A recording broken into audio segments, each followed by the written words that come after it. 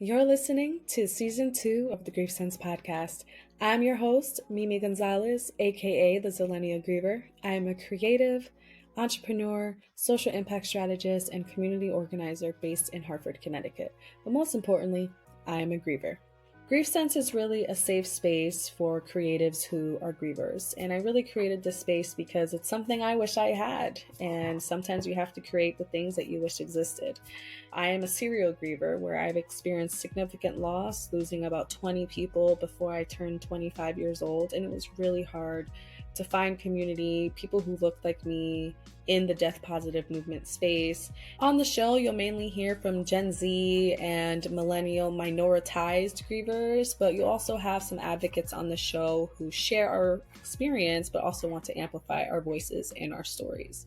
So what is GriefSense? What does that even mean, right? It's not just some fancy name of a brand of the podcast, okay? It's actually a term that I've coined to name my experience. Sometimes the words that exist in our vernacular aren't really representative of our lived experience. And so thus GriefSense was born.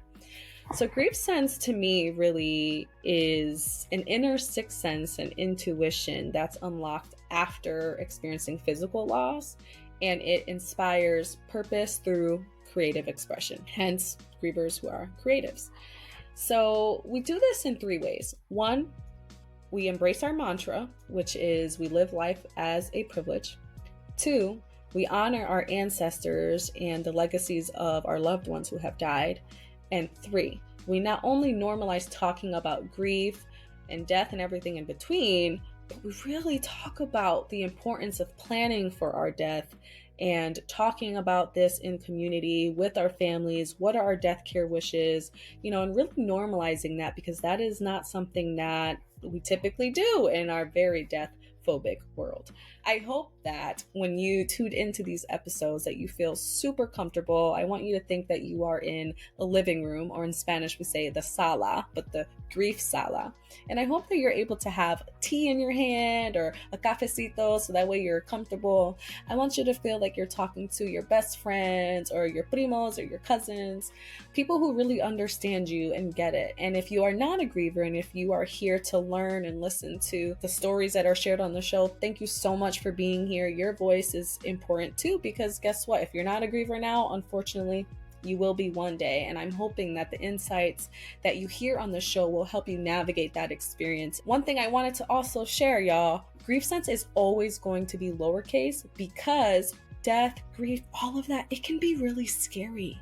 So these conversations is to really destigmatize death and grief, and really making sure it's like relatable, digestible, accessible. And yeah, it can be scary for sure, but let's do it together. Let's be in community together. So with that, welcome to the movement, welcome to La Familia, and welcome to GriefSense. Let's dive in.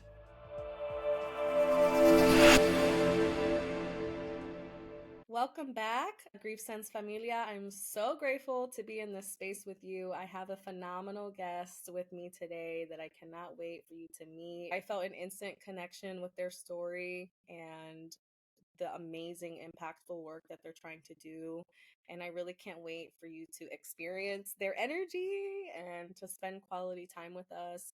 So I just want to thank you for being in community with us, and we're going to have a really great conversation. I have Jae Thomas here present with us, and Jae Thomas is really dedicating their content and their career and their life to destigmatizing borderline personality disorder.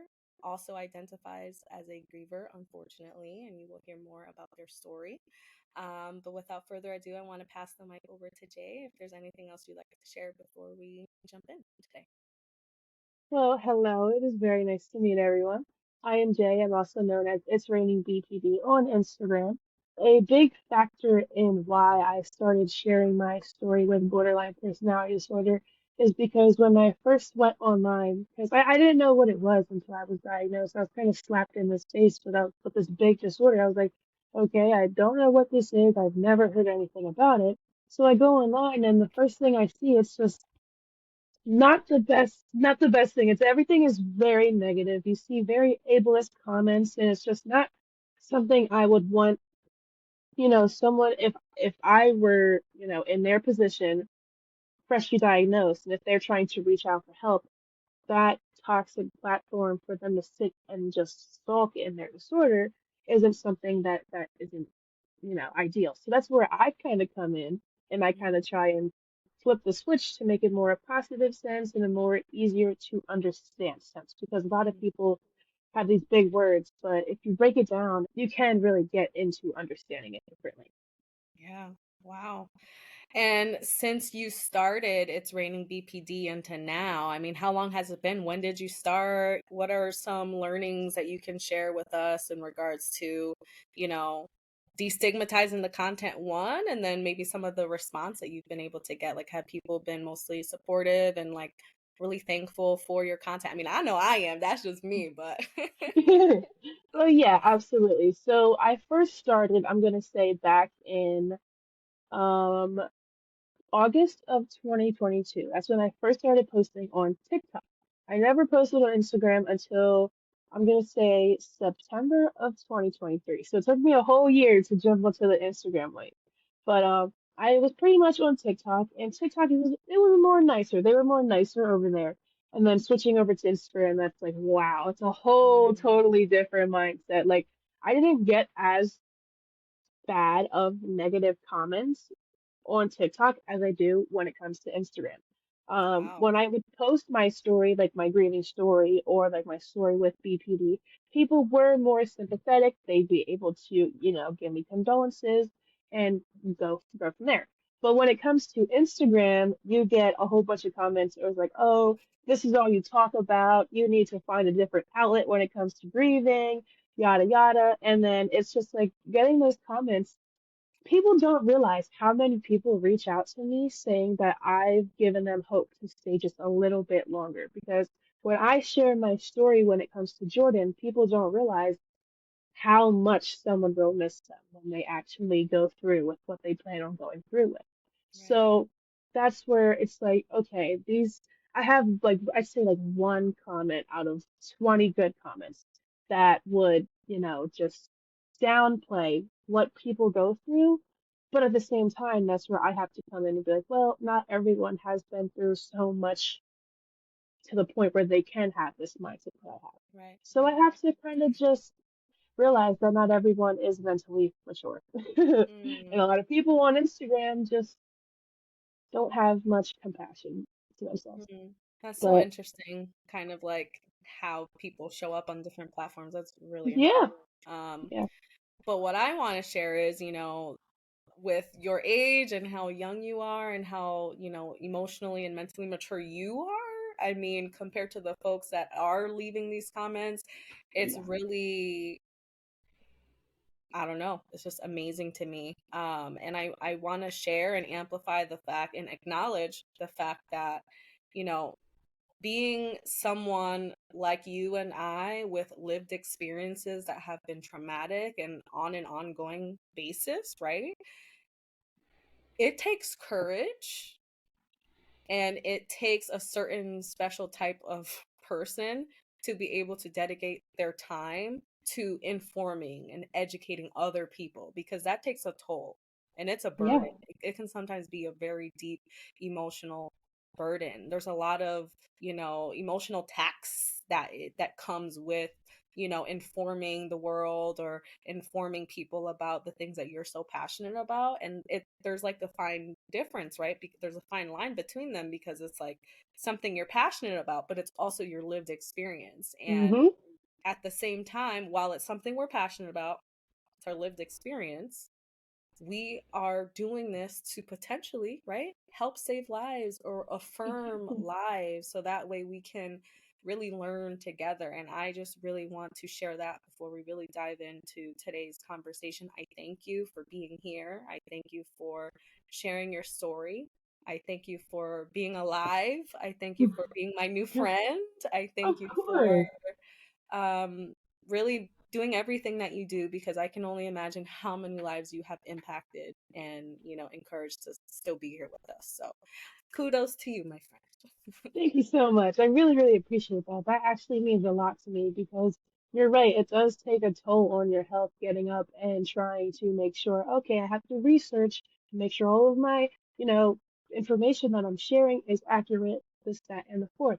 So going and having to do that, and sometimes you have, these days where you are just burnt out, you don't want to do anything at all, no content creation, but you also have to realize that it's not just me that I'm showing up for, I'm also showing up for 60,000 other people. So it's like, Yeah. it kind of is crazy, but it also kind of gives me a form of discipline at the same time because it's like, and if I can't help myself in a sense, the least I can do is help someone else today. So Mm, that kind of is like, it kind of gets me up and going and kind of gets me out of like a tricky mindset that I kind of get stuck in. yeah. But knowing and realizing that I really do help people every single second of the day is kind of what allows me to get up and do it every single day. Beautiful. Absolutely beautiful. Thank you so much. Of course. Um, and you did allude to their name quite recently. But I do want to acknowledge, so at the beginning of every grief sense episode, I think it's very important to, of course, honor ourselves, right, and how we're showing up today, but to also honor why we're here, our people that we have lost that have made quite the significant impact on our lives, and we probably wouldn't be here where we are today without Hmm. them. And so Yeah. I would like to give you the space on who we're calling into our sala, if you will. In Spanish, that's our living room, our grief sala. Um, yeah, and who would you like to honor today? So, her name is Jordan, and she has been my childhood best friend since I was 10. We actually met in school, and ever since then we just clicked. And she was by my side pretty much the whole time until the end of the time. Yeah, yeah, yeah, yeah. Wow. Well, so I am honored to be able to amplify Jordan and her story and her legacy. She continues to live through you and the amazing work that you're Absolutely. doing. Absolutely right. And I am so grateful for even more people to know the amazing person that Jordan is, because, the being continues in whatever way that Yeah, looks like after the physical form. Um, but with that, I mean, would you be comfortable kind of sharing more details about your grief story? And please, as little or as much as you'd like to share. This is really so that the people can really understand who Jordan is, um, and their impact on you. of course. Yeah. So, I at first I didn't really like. We were more so just like we'd hang out after school, hang out at football games, just like be each other's class partner in class. We were just, that person with each other. Every time the teacher would, say get in groups, we'd look at each other and we'd all automatically know who we're going with. So at first, like the first couple of years of knowing her, that's how we were. And then it started developing more. We started getting closer because we started to realize that outside of school, we were going through similar things in our outer life. So when we would talk about it, we were like, oh, wow, I experienced something similar. And then a couple of years later, into getting to know each other, we actually found out that our parents knew each other when they were younger. So that is something that kind of What? like brought us closer, like kind of full circle. Like, okay, that's cool. So our parents know each other. Wow. That's awesome. So we became really close after finding out that information. But then a couple of years pass. We get into, I think, this is like eighth grade. My perception of time is really bad, but we get Okay. into like Okay. eighth grade, That's that grief brain. and Okay. That's that grief brain. absolutely. But yeah, we're in eighth grade, and she is experiencing homelessness. And I go and I offer my bedroom. So she comes and she lives with me for, I'm gonna say, 8 months. She lives with me, and we would ride the bus together. We do everything together. So at that point, we kind of became like sisters because we were living together. We were sleeping in the same bed, sharing the same clothes, sharing the same products, perfume, literally everything. Like we were each other's like sister. Like I'm biological sister. Like we did everything together. So that was something that was so nice to have because my sisters are 10 plus years older than me. So it's like Mm, I don't necessarily have someone who is in my like age range knows what's going on, knows the music style, all that good stuff. So when I actually found someone, I was like, yes, this is my time to shine. So we get really close, and unfortunately, she ended up having to move out of my house because of her parents, and they basically wanted her to be with them so the parents could raise her. But then this was when everything was good. Like she had good grades in school. Everything was she didn't do anything like alcohol wise. She was just an innocent teenager. Um, Eventually she ends up moving to a little town in Maryland called Northeast. And it if you know anything about Maryland or Northeast, that is a terrible, terrible town to raise your child in. So having to have that drastic change go and going through that is it really hurt because I was at the same time I'm over here starting to have emerging borderline personality disorder, so it's starting to like the traits and the symptoms are starting to take develop and take toll. So my abandonment kind of like really kicked in. I was like, wow, it seemed like my life was perfect in this 8 months because I had my sister with me, so it was like nothing could go wrong, and then all of a sudden it was just taken from me. So it's like having to experience another loss because I experienced a loss from my father previously. It really brings back memories. So that was really painful having to go through that. Not to mention, she lived 2 hours away from where I live, so having to go drive 2 hours, having to have someone else to drive me 2 hours, 'cause I couldn't drive at the time, was really hard, and it took a toll on our friendship because we couldn't be with each other 24/7 anymore. But of course, we were on FaceTime every second of the day. Like there was not a second where we were not on each other's phones. Like we'd fall asleep on the phones together. We were literally like if you're talking to me, you're also talking to her. So that's Package basically deal. how it works. Yeah, package deal, package deal. But eventually, when she moved to Northeast, that's when things started to go downhill. Her mother met this new guy, and he basically wasn't the best. He would physically put his hands on Jordan, and it got so bad to the point where she developed epilepsy because of physical trauma to her brain. So that was a very hard thing to kind of grasp onto when she told me at first, because at first when she was having seizures, she just didn't know why it was happening, and then eventually she got MRIs and EKGs done and was able to get a little understanding of what's going on with herself. So her parents did not really do a good job of taking care of her or providing her needs. So she basically had untreated epilepsy that she did not know about until she moved out of that household and she moved with her grandma. And her grandma is 73 years old and she lives in a retirement home. So Jordan was faced with a lot of very, very bad circumstances in her life.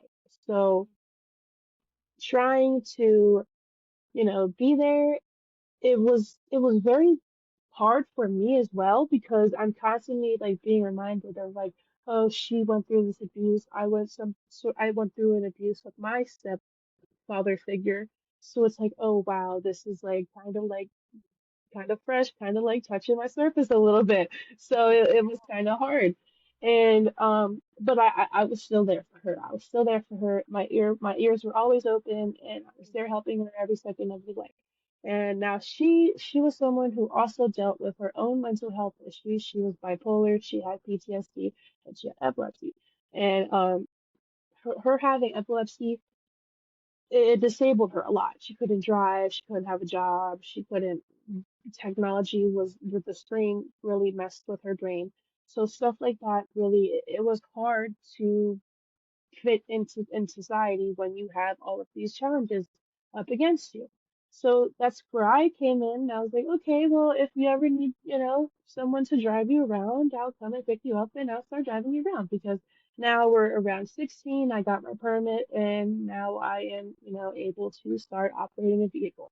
Um, And we basically we start to get a lot closer again because of the fact that I'm able to see her now and drive down there with her. Um, and then I have this one great memory, and it consisted of a whole weekend with her. She wanted to go to the beach with her grandma because her grandma she was getting very depressed because of the fact that her grandma wasn't going to be around much longer. So she was trying to cherish the good times. But little does she know it was the opposite way around.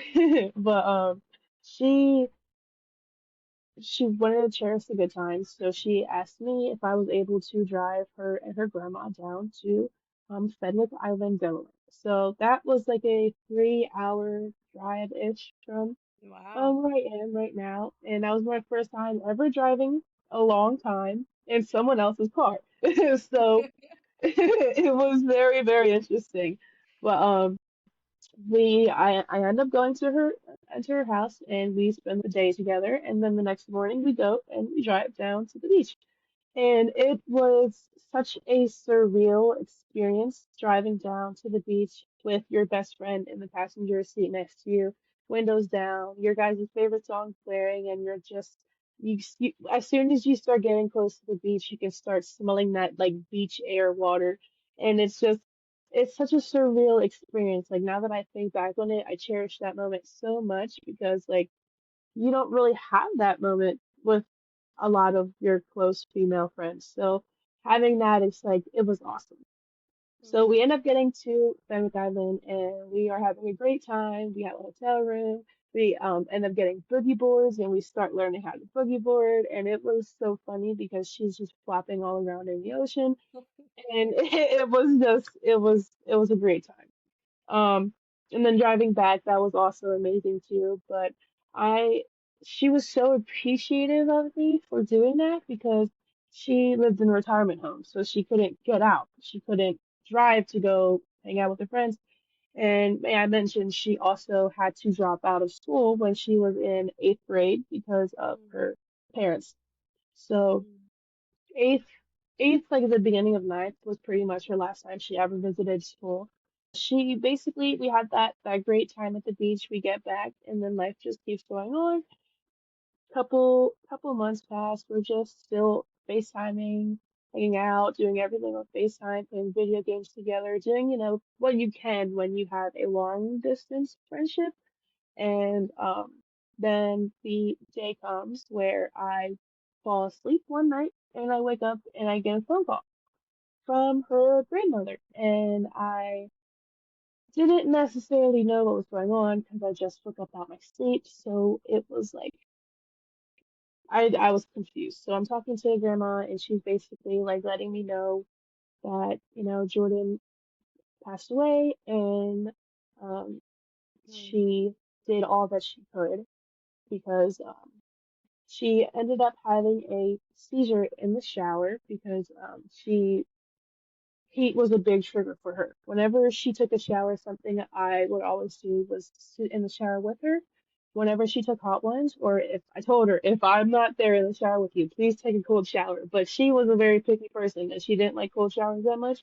So she still went and she took a hot shower, which I don't blame her. Hot showers are nice.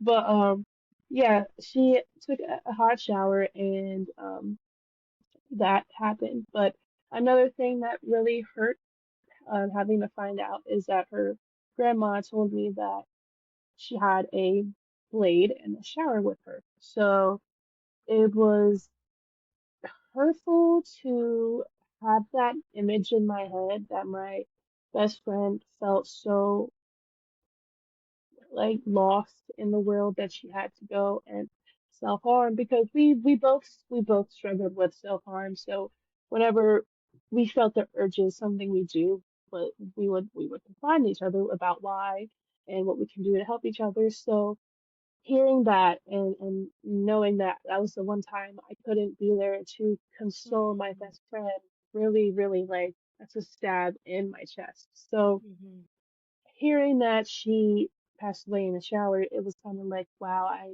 didn't get to say bye. I didn't get to say I love you. I didn't get to have that one last sesh. And it's just like, Yeah. I a lot of questions go through my brain as to what could have been done differently, but at the same time, there's nothing I can really do in this situation. But yeah, she struggled really deeply with trying to adapt in her life, and it sucks because we had so many plans to do things together when she got off the retirement home.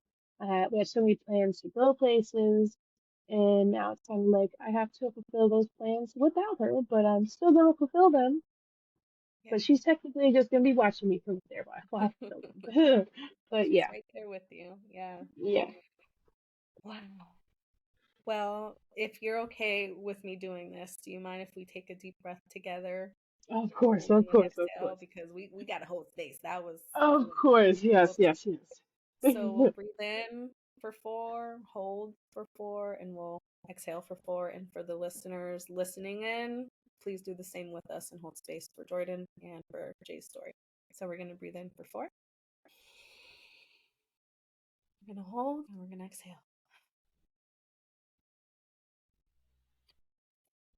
Thank you so much for sharing everything you shared. It's not easy.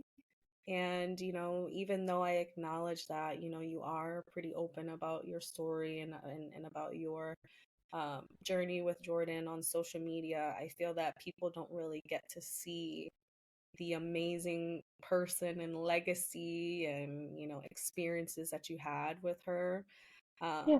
Because on social media, right, you're like limited to like what, a 1 minute, 3 minute, Oh, 15-second exactly. clip. Yeah, How do you fit a whole life and a whole universe into a clip?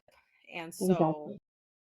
creating this podcast for me, and I'm already getting emotional just like hearing your story as well, because there's so many people who have passed away without having their stories told and without people knowing the amazing people they were.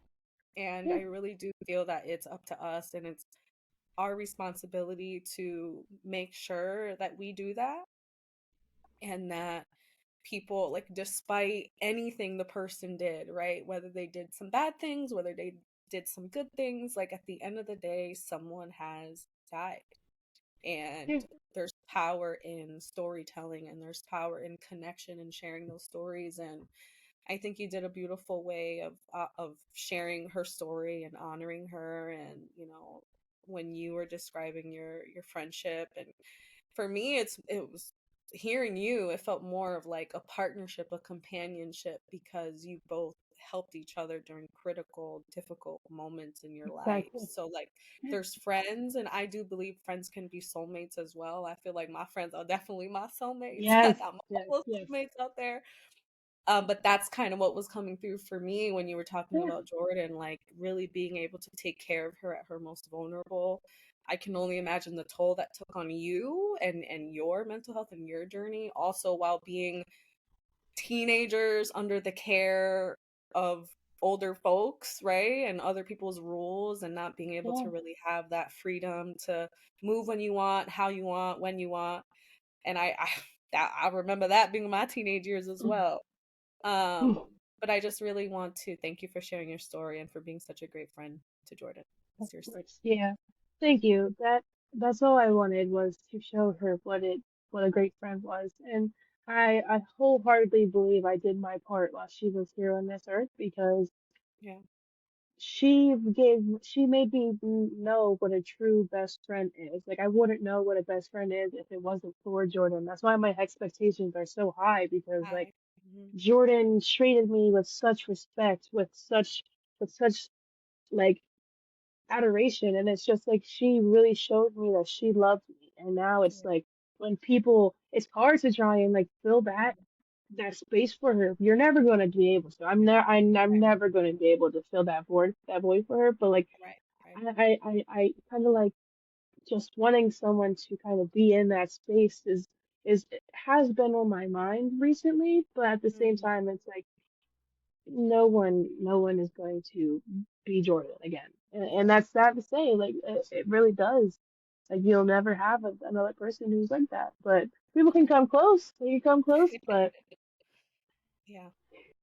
yeah, Yeah. No, and I I totally agree with you, right? Like the people that die in our lives, like there's special spaces reserved for those people in our hearts, right? Yes. And so Yeah. like I don't know if it's like comparable in the sense if someone can like fill the void, it'll just be different, right? Like the bonds that we have with different people are going to look differently. We all have our Hmm. unique fingerprints, right? So like Yeah. each bond and each relationship that we have with our friends or partners, family members, like they're different. um but I do acknowledge like having a bond like that is so special, and you can never replace something like that, someone like that. And I also I have to share so why I got so emotional too while you were sharing your story. There were so many themes that you talked about that, are so hard for people to talk about. And I love how eloquently you speak and how it's a natural thing for you to Yeah. talk about, and I really Yeah. admire that. It's really normalizing these conversations, and I love that you do that. Like they're hard as hell. These things are hard as hell to talk about. Like it is not easy, but Absolutely. you're doing it in a way that is, it's like, hey, yeah, we're talking about BPD right now. We're talking about Yeah. self-harm. We're talking about death. We're talking about grief. Okay, and let's talk about it. Let's have a That's all conversation. exactly. Like Yeah, let's talk about there's no shame about it. There really should be no it. Right. shame when it comes to talking about it because so many people deal with it. Like I think people try and hide the fact that they do deal with it because they don't want to portray the fact that they're feeling weak or feeling shallow or feeling like not good enough in a sense where Right. you if you talk about it, you don't realize how many people you're making feel less alone just with your story that is. Like knowing that over 10 million people know that Jordan exists blows my mind. It blows my mind 100%. Like, it absolutely blows my mind because Beautiful. at the same time, if I am very, very appreciative of all of the people and all of the support and all the condolences. But of course, if I could take it back and bring her back, I absolutely would.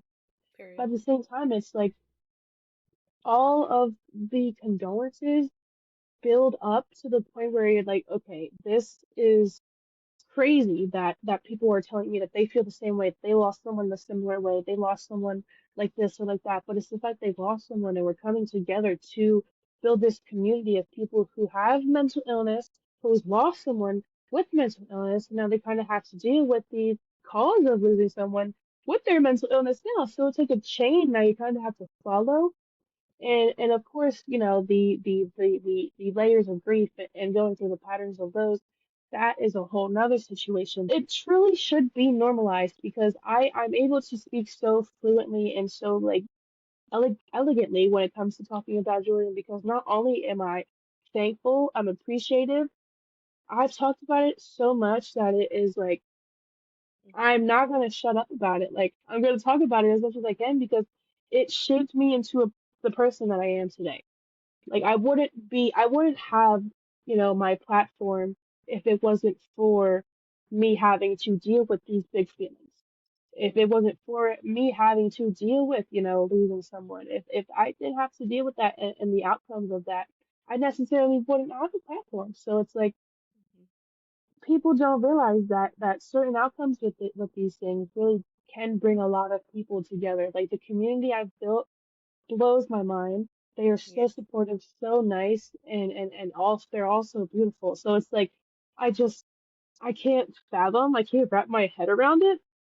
But Yeah. at the same time, it's like I'm so thankful that I can just be here and help so many people and destigmatize and give the proper education and proper knowledge because of the fact that so many people have DM'd me saying that their psych team has given them false information, has stigmatized them, has made them feel like it's their fault, has made them feel like that there's nothing they can do to heal from this. And it True. blows my mind. Like, how do you have a degree and you're telling people this? Like Yeah. you're really ruining a lot of people's self-esteem and confidence in getting better and recovering when it comes to borderline personality disorder because you're saying, oh, this is a lifelong thing, you're never going to be able to change. But people don't realize that there's dialectical behavioral therapy out there who that is a very efficient form for people who have borderline personality disorder because that kind of teaches us how to emotionally regulate, how to use mindfulness.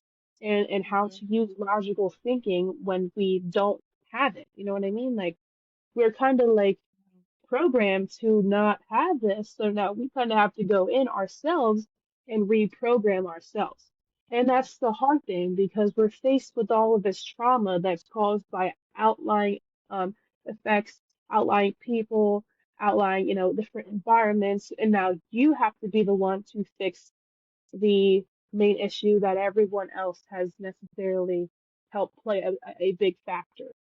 So, Yeah, no, absolutely. Well, let's get into that a little more. So, to talk about, your work with It's Raining BPD and really educating and informing people. So, first of all, I want to know why the name It's Raining BPD. I know there's a story there. there's a story, yeah. And the second thing is, if you can kind of talk about maybe the top misconceptions or myths around BPD and kind of do like a brief overview because I have a friend, I have two close friends, one with borderline personality disorder and one with bipolar disorder, and they're always confused. I mean, they have Yeah, similarities, but they're still very different. And so, yes. so why it's raining BPD, and talk about maybe some common misconceptions about Gotcha. BPD. Okay, so the reasoning behind my username is when I was younger, I used to be a graphic designer, and I used to pretty much it was for this video game. I would get commissioned to make certain graphics and stuff, and I made Wow. a decent amount of money off of it when I was younger. But there was this one graphic artist, her name is It's Raining Apples, and I always loved that username. I was like, wow, is so cute. And her graphics kind of resonated with me because of how good they were. So as I was getting older, the game always stuck with me. Like the game always, I like have these like moments of me playing it here and there. Like if I smell a certain smell, it kind of takes me back to when I was like sitting on the couch playing the game. But um, it's mainly the fact that her username and her presence had such a big impact on my graphic design back then. It kind of helped me like, okay, I'm going into a new chapter of my life. If that played such a big factor in my life, then it's like it's kind of passing it down the chain. Like she helped Yeah. me, and now I'm gonna go and I'm gonna help other people. So Yeah. that's kind of where It's Raining BPD came from because It's Raining came from her and BPD came from, me having the disorder. So Well, that's so the really quick, I'm like trying so hard not to crack up because it's so wild. I always joke about this. I'm 28 and my sister's 4. yeah. But one of her favorite songs is "It's Raining Tacos," and so Oh my goodness. she always Oh, sings it, and it just clicked in my mind when you were saying. that's I so love it. cute. It's just so cute. So I can't wait to tell her. It's like I met someone who has "It's Raining" in their username. Yes, yes, yes. But Yes, that anyway, song, that was a very popular song back in the yeah. day. That was very popular. But yeah, and the second question, the biggest misconceptions about borderline personality disorder, I'm gonna say there's like 4 or 5. Yeah, 4 or 5.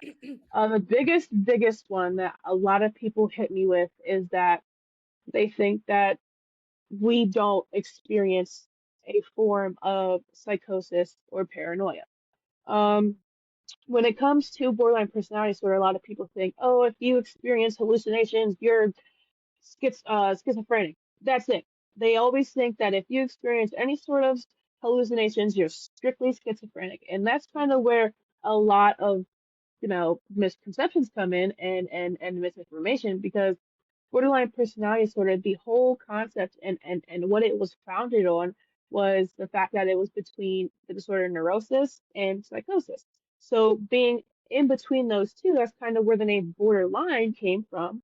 Mm, And people don't necessarily understand that having paranoid ideation is a part of the criteria. So dissociation and paranoia and psychosis is a part of the criteria. So a lot of people don't necessarily understand that you're experiencing these things, it's caused from this. A lot of people don't do their research on things before they go and talk about it.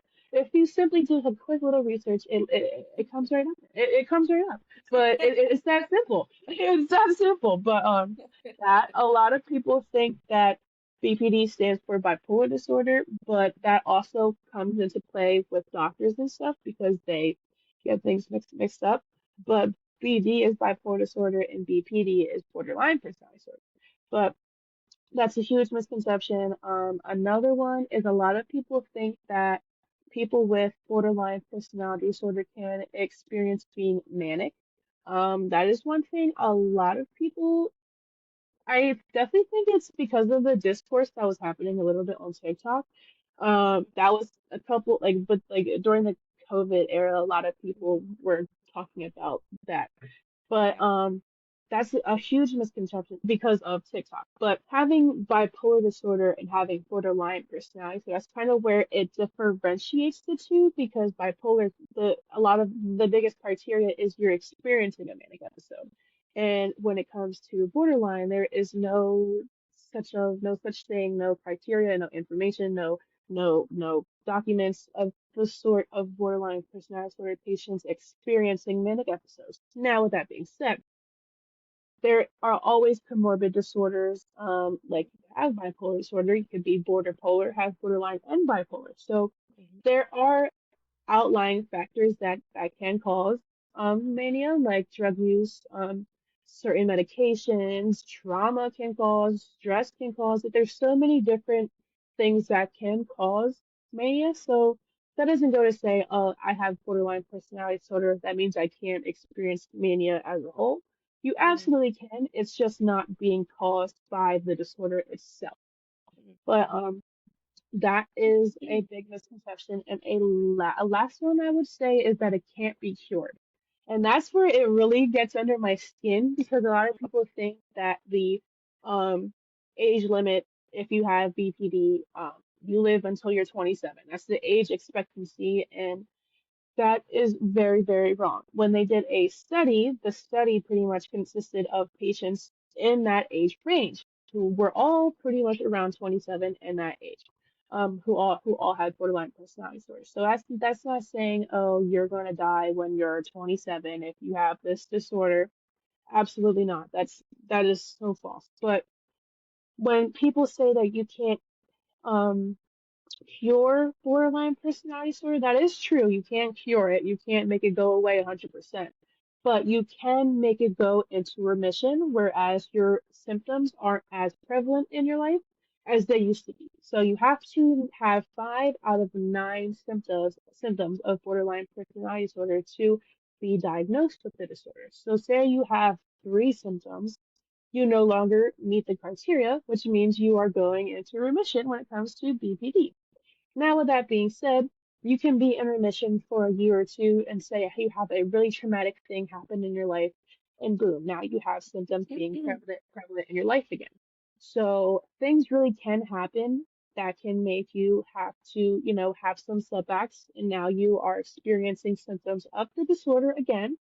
But that goes with everything. Recovery isn't linear. That goes with self-harm. That goes with addiction.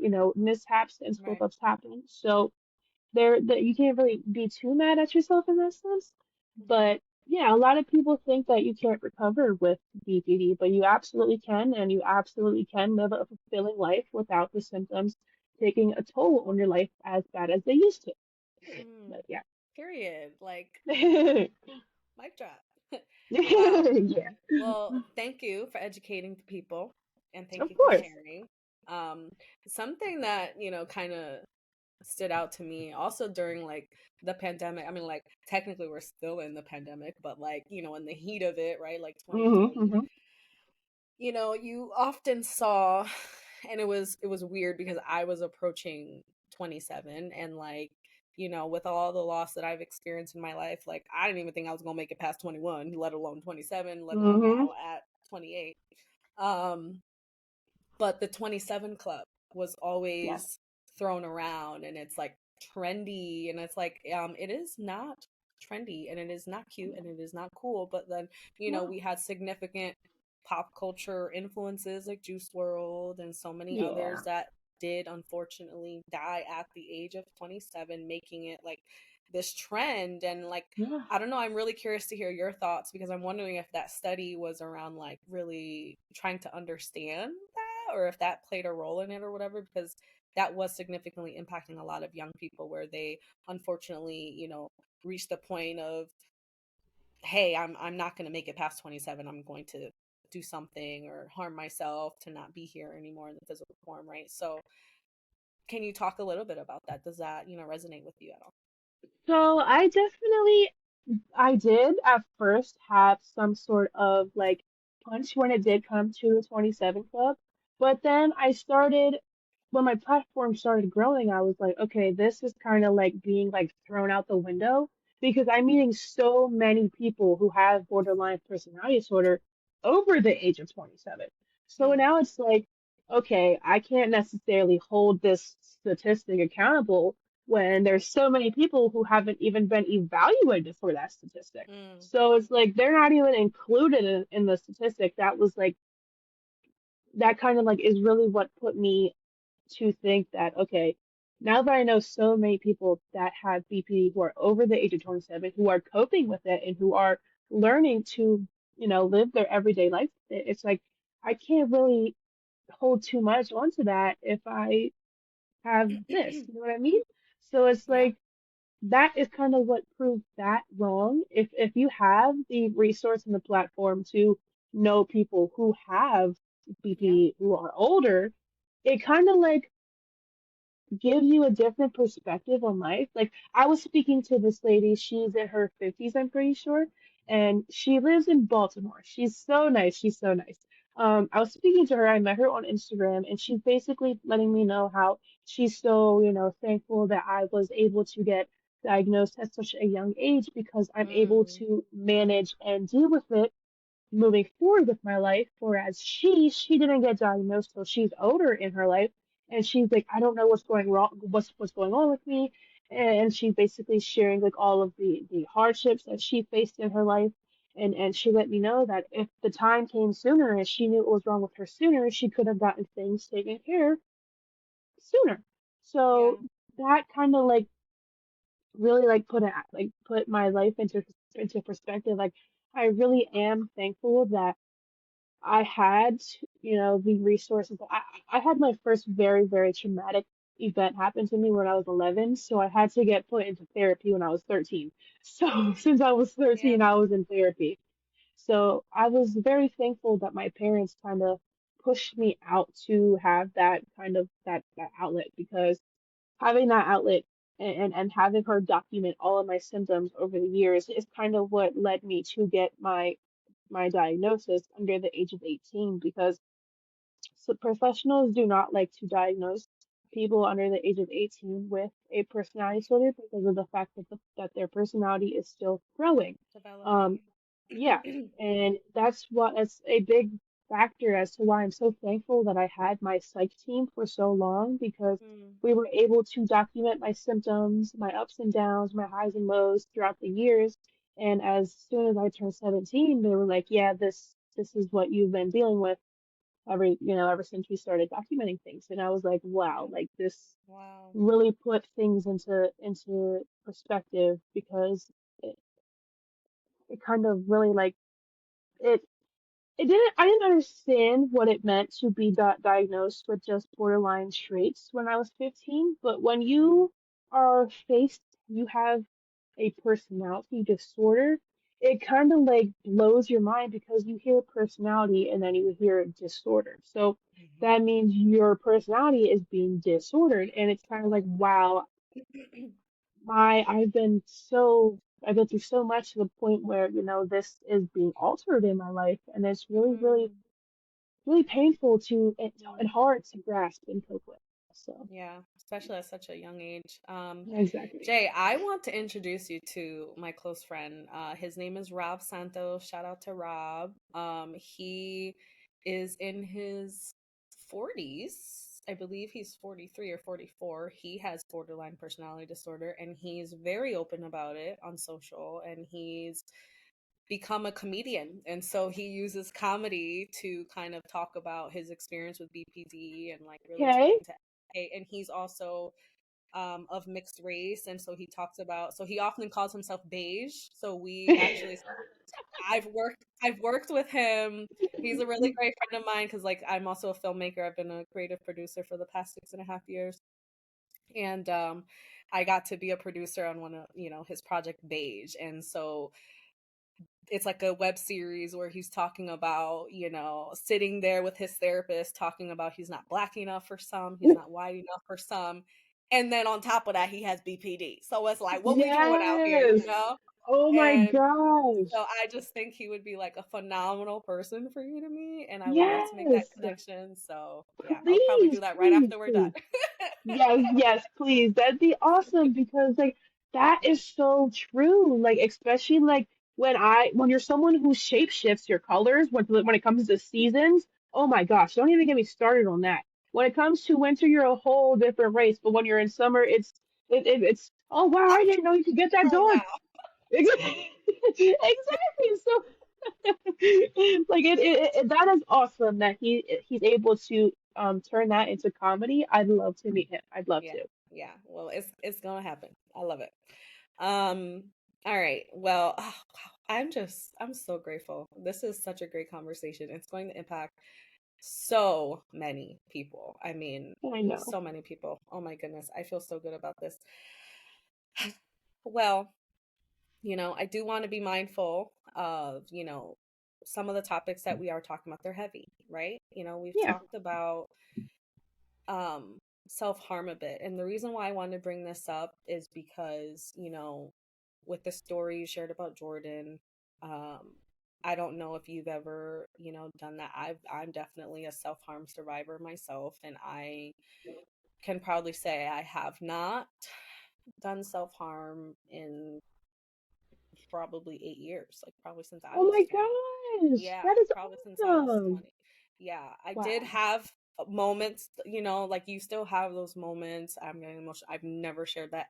Literally, I don't think with anybody, not my boyfriend, not my Oh, friends, like no one. Like, that makes me feel yeah, so thankful. yeah. Thank And you. I try to be mindful too because I have siblings that are, 4, 16, 18, and I have a cousin who's basically like my sister, same thing, and who also, struggles with self-harm. And, I feel like all of the loss that I've experienced at such a young age helped me not do that anymore, because it made me feel like I want to be here. I feel like I'm carrying on the legacies of all of my people that have died. And sometimes it's not such a like a binary choice, though. It's like it kind of takes over you, it's not like Hmm. who really wants to be sitting down hurting themselves, like Nobody. sometimes it just, Nobody.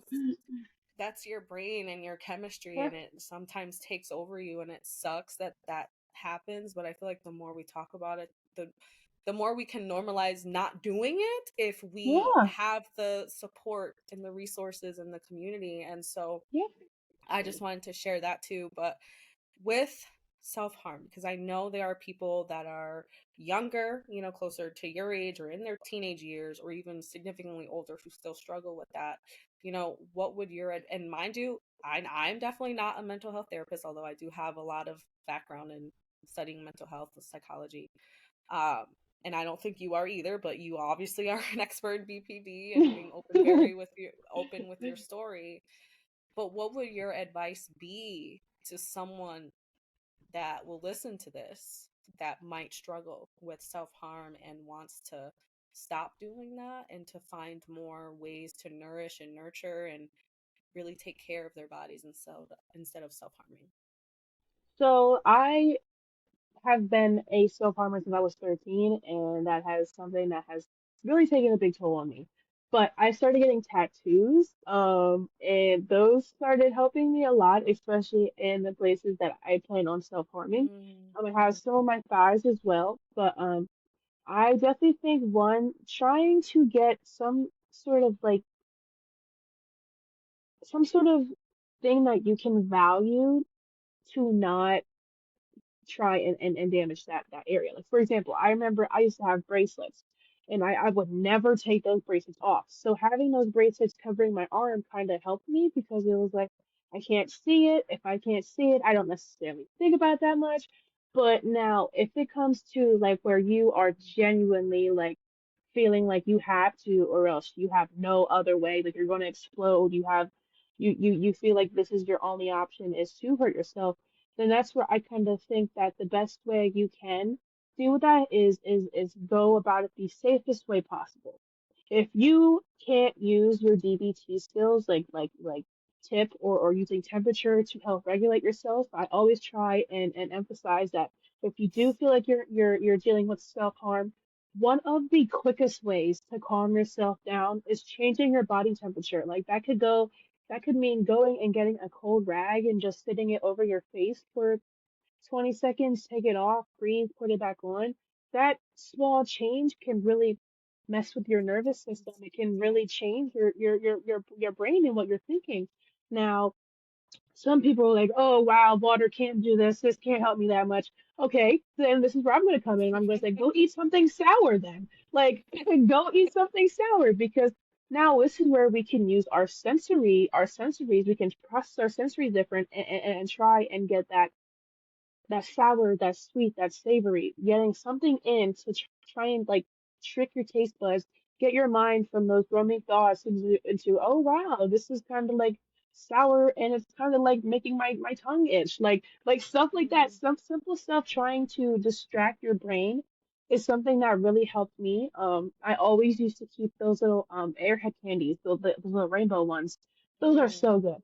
I kept those beside my bed, and every time I felt like my mind was wandering, I felt like I had, to hurt myself. I just did not feel like I was in any sort of good mindset. I would take those out, start chewing on them, and not only did I fulfill, a little bit of a craving, but I also was able to get my mind off of that because having that on your taste buds, it shocks. Well, I like sour. I'm a sour person, so having the sourness on my taste buds, like a little kid when they drink a lemon, like their eyes like Yeah. widen up, and it's Flag. just like, yeah, it's like wow, I was not prepared for that. So it's like that, and then just changing the temperature of your body. Those are my two favorite DBT skills I like to use because I love it. they work so efficiently and they work fast. I don't like Yeah.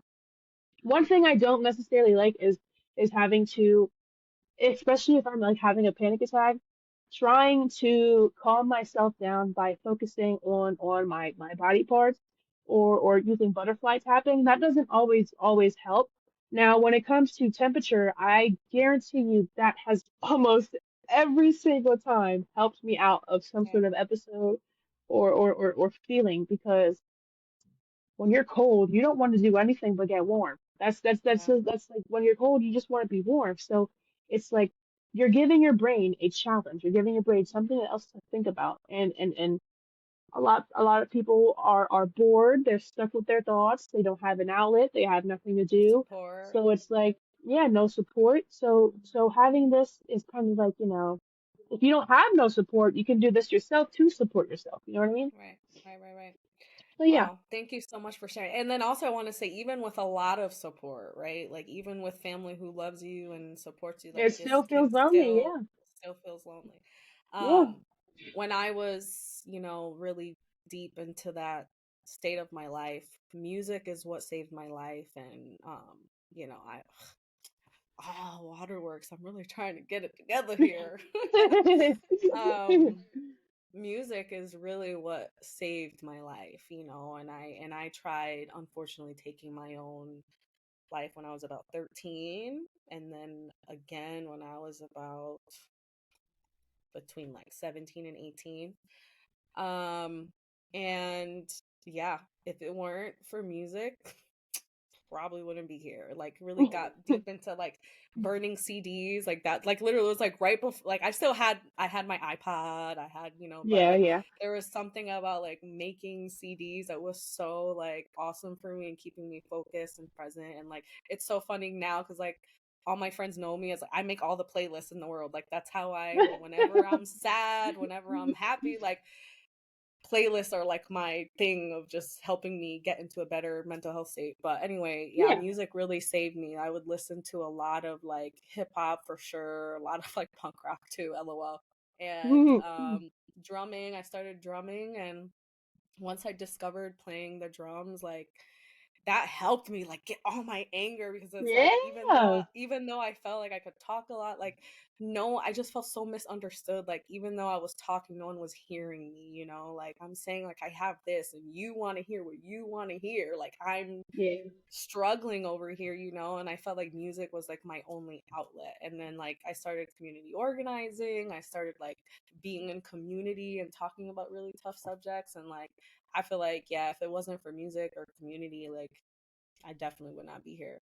Um, but I want to share, you know, so with your story and like everything that you shared with Jordan, I don't think I can hang up this episode without sharing with you so you know too. But when you were sharing that memory with Jordan and you and her grandma, and you were going to the beach and stuff, um, you made my cells vibrate, my friend, because literally the summer, so I was 16 when so it was three of us. We were the three musketeers. It was me, my sister, and our best friend Megan. And we've been in, well, I met Megan when I was about 6 years old, and her and Imani, my sister, had been friends for I think maybe a year or two even before that. But we basically grew up together. We were sisters. We did like so much together. And one of our favorite places to go was Hammonasset Beach, which is in Connecticut. And that's where I'm from. We live in Hartford, Connecticut.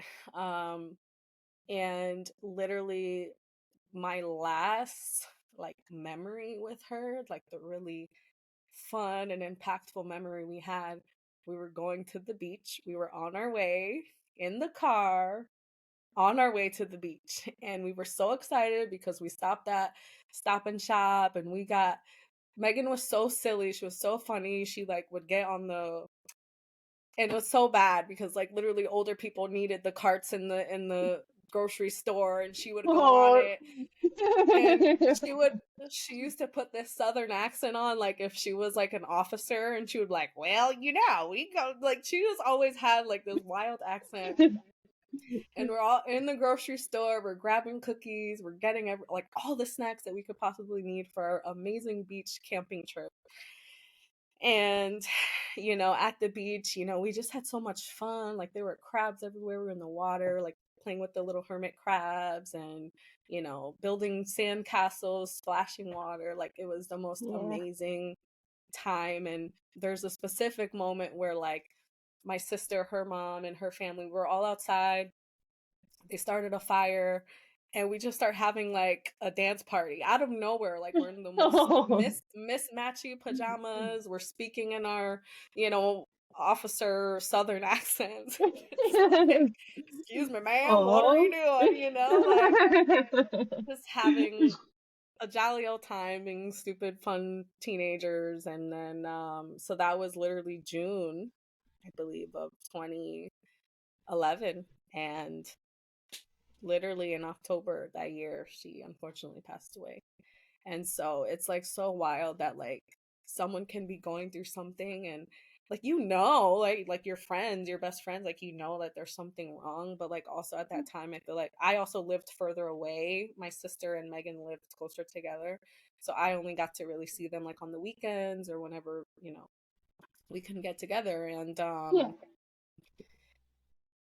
it was just really hard not to, when you were saying like, you know, with your experience with Jordan, like not being able to physically be there and like talk them down and like just be present with them in that moment. Like you just naturally feel that guilt.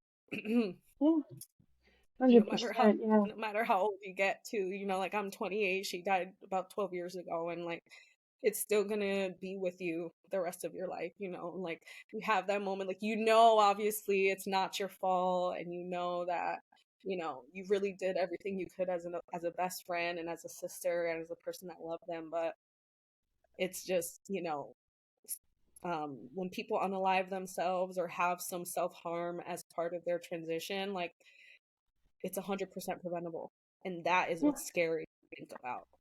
So 100%. And I feel like she could have gotten her life taken care of. Jordan could have gotten like, back on track. but it's the matter of she didn't have the support in her family to do so. And I was her biggest support system, and I can only do so much. I can't take her to her doctor appointments. I Y'all can't are take her to her young neurologist too. Yeah, appointments. like Yeah, yeah. exactly. So I couldn't be her, main person in her life. So that really hurt knowing that she was set up for failure by her parents and they didn't even like do anything to like help better it, help give her Hmm.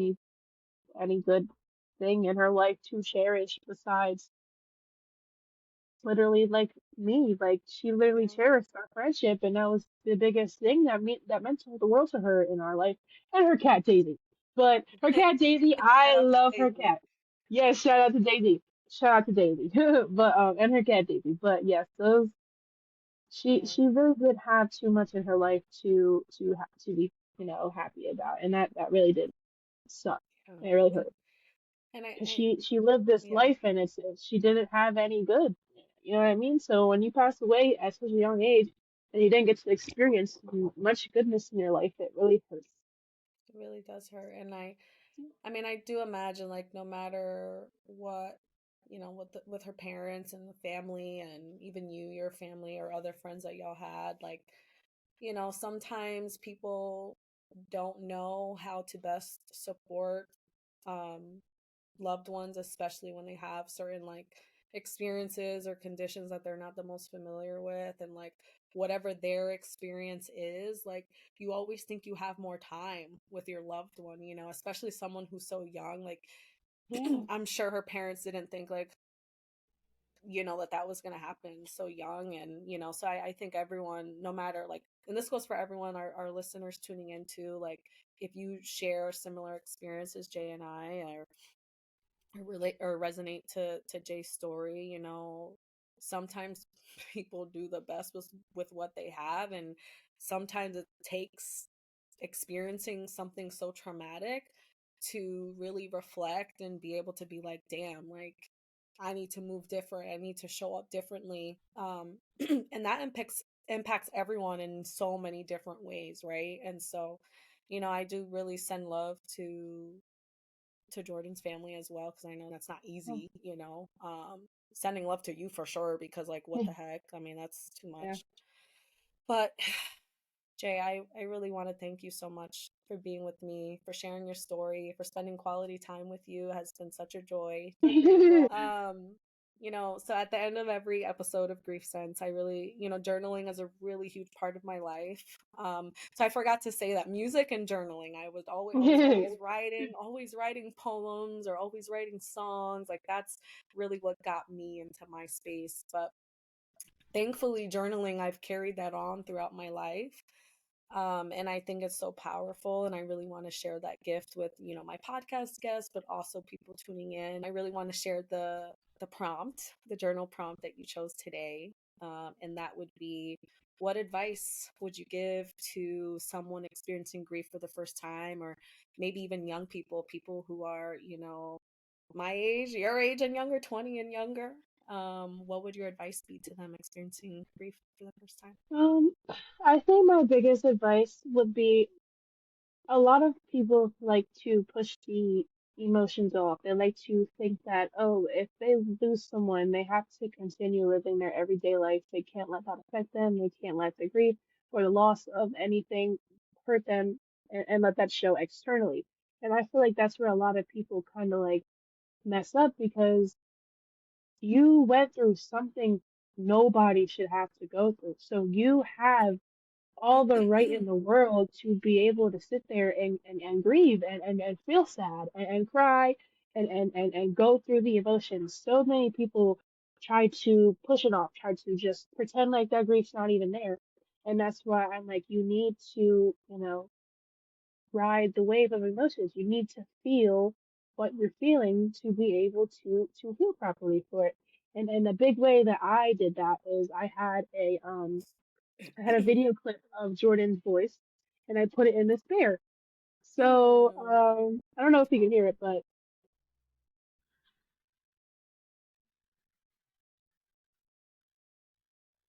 it has her laugh in it. And Wow. we we used to watch Impractical Jokers together, and what she said was from an episode of Impractical Jokers.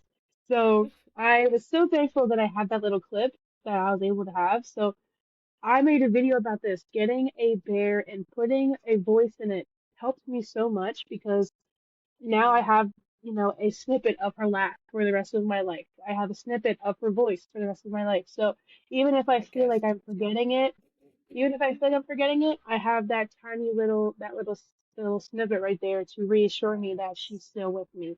So Yes. definitely getting that really helps. Yeah. Wow. Well, actually, I'm so happy that you shared the Hello Kitty. I saw on your Instagram too, you shared the Romeo bear. Would you be able to Yeah. talk about that Yes. and maybe because So we were talking about, self-harm and mental health, and I think that'd be a great resource for young people listening in as yes. well. So the Romeo Bear, this is what he looks like. He is such a cute little guy. He has a whole bunch of words engraved into his back. Pretty much like empty, scared, end it all. Everybody hates me, lonely, nobody loves me, sad, all that good stuff. And I definitely, this bear is the first bear that's ever touched me to the point where I'm Mm, like, wow.